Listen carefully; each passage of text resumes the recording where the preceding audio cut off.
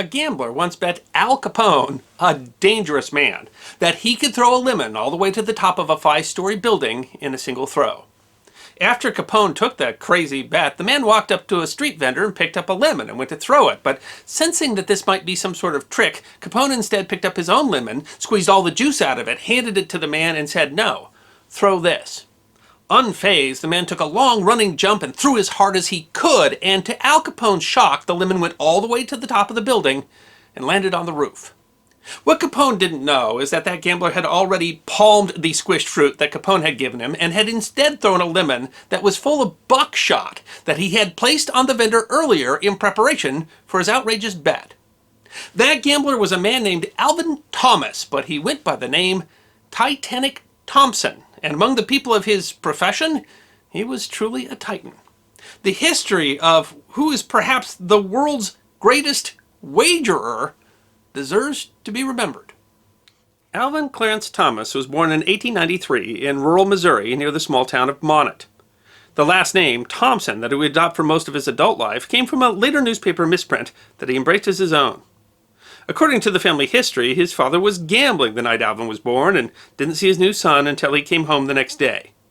Apparently, his father couldn't handle the new responsibilities that came with having a child, so he took whatever cash he could find in the house and left. Alvin's mother didn't spend time bemoaning her fate. She quickly remarried and ensured Alvin had a roof over his head. Thomas's new stepfather wasn't particularly fond of the boy, but taught him how to play cards and roll dice. Alvin took to the games far more quickly than he absorbed anything else. Later in life, Thompson said he couldn't read, but numbers and odds always made sense to him. He spent hours sitting alone in his room, teaching himself to adeptly shuffle cards, practicing dealing from the bottom of the deck more quickly than the eye could follow. Thompson developed his own method of marking cards by putting spots on the back or bending the edges to be able to tell face cards by feel. He practiced throwing playing cards into a hat over and over again, or tossing dice, figuring out how to hold them and make them land like he wanted. Thompson would write down the results of his dice throws, calculating odds and combinations, long before others considered gambling a science of sorts. But he wanted more than science. Thompson strove to elevate gambling to an art form. He practiced shooting, jumping, and other simple skills like throwing coins into a cup to the point where his execution of them made him seem extraordinary. According to Kevin Cook, author of the book Titanic Thompson, the man who bet on everything, Thompson said, "If a thing's hard to do, most folks are too lazy to do it. That puts me one up on them." Alvin left home at the age of 16. He only had 50 cents to his name, but he wasn't worried. He would always say, "I've been broke, but never for more than 6 hours at a time."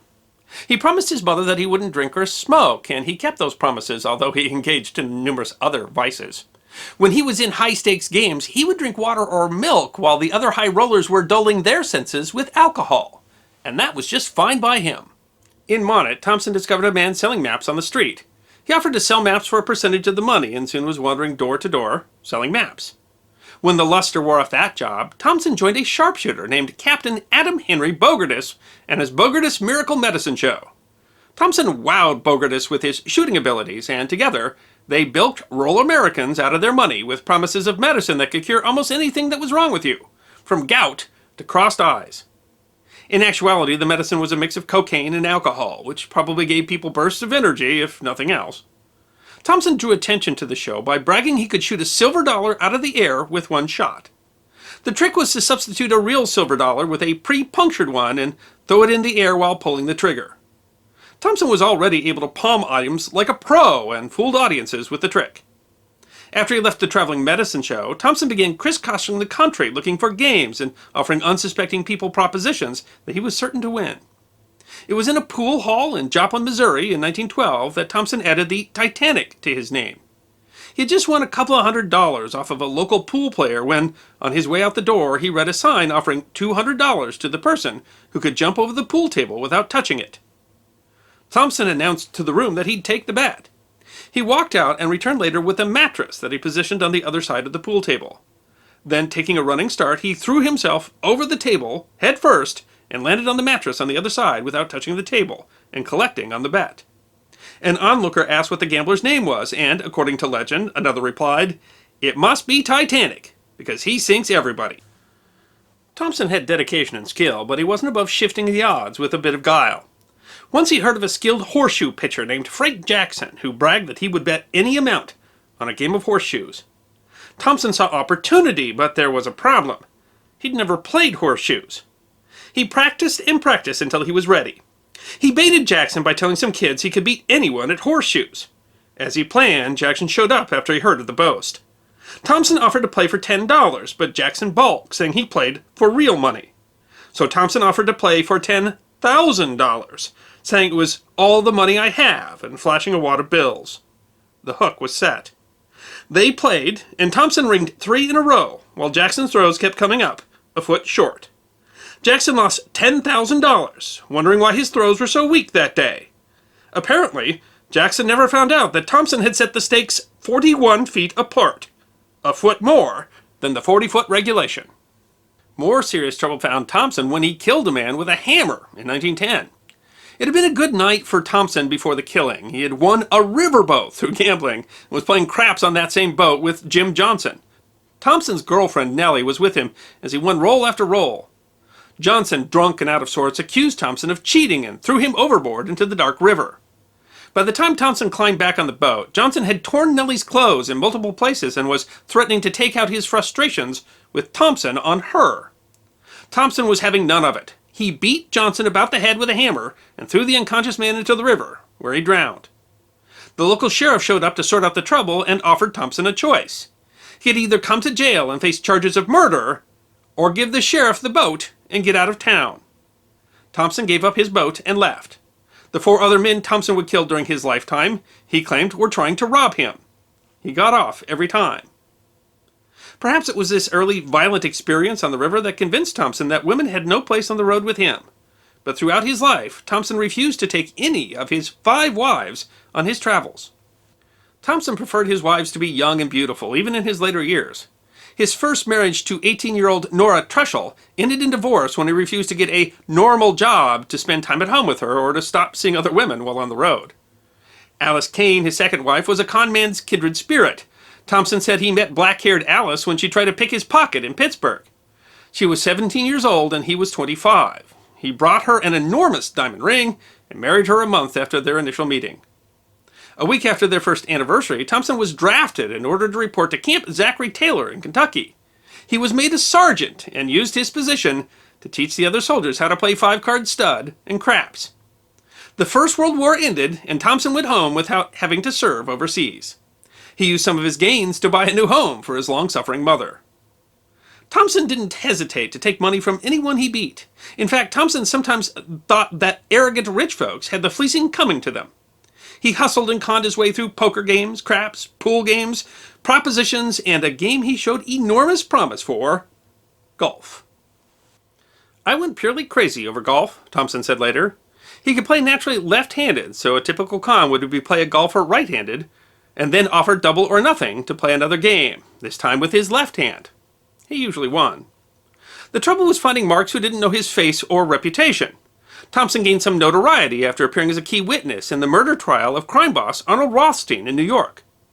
Thompson had played in a high-stakes poker game lasting hours, and with the help of an associate in the room, had swindled Rothstein out of thousands of dollars. Rothstein put off the debt by paying with IOUs. He was hoping to make enough money betting on the presidential election of 1928 to pay off those markers. Rothstein never made it to November 6th. On November 4th, George Hump McManus, the man who had hosted and organized the game, asked Rothstein to come over and discuss his debt. Later that night, Rothstein was found on the street, bleeding from a gunshot to his groin. He died in the hospital without revealing the attacker. McManus was tried for the crime. When Thompson was called to the stand, the lawyer asked what his occupation was. Thompson replied, "I play a little golf for money." He was also asked about the 5 men he had killed. The court recorded Thompson's response. They needed it. Partially due to Thompson's testimony that McManus wasn't a man to kill over a debt, McManus was freed. Later in life, Thompson told his friends he believed one of McManus's bodyguards was the shooter. The itinerant gambling lifestyle faded away with the invention of the modern era of telegraphs and the professional gamblers of Las Vegas. Thompson said you couldn't cheat in Vegas with their waxy cards and video cameras. He was paid to appear at the first World Series of Poker, and he co-hosted with Chill Wills, the actor. Thompson's wife Alice died young after she was hit by a car while Thompson was away at work. He married 3 more times, divorcing each. His final wife, Jeanette Bennett, said they divorced so Thompson could afford to go into a retirement home. He had gambled his entire life, but was living off his Social Security checks because he hadn't invested any of it. Thompson died in Texas at the retirement home in May of 1974. He was 80 years old. Author Damon Runyon's short story, The Idols of Miss Sarah Brown, upon which the musical Guys and Dolls was based, has a character named Sky Masterson, who was played by Marlon Brando in the movie. Runyon is said to have based Sky Masterson on Titanic Thompson, after he heard Thompson say of a bet, "The sky's the limit." Runyon also wrote, almost prophetically, "Someday, somewhere, a guy is going to come to you and show you a nice brand new deck of cards on which the seal is never broken. And this guy is going to offer to bet you that the Jack of Spades will jump out of this deck and squirt cider in your ear. But son, do not bet him, for as sure as you do, you're going to get an earful of cider." The legendary Titanic Thompson left a legacy of quite a few ears full of cider, but more than that, he also left a memory of a life spent on the road, always in search of the next big score, and a man whose only love was Lady Luck. I hope you enjoyed this episode of The History Guy, short snippets of forgotten history between 10 and 15 minutes long, and if you did enjoy, please go ahead and click that thumbs up button. If you have any questions or comments or suggestions for future episodes, please write those in the comment section. I will be happy to personally respond. Be sure to follow The History Guy on Facebook, Instagram, Twitter, and check out our merchandise on teespring.com. And if you'd like more episodes on forgotten history, all you need to do is subscribe.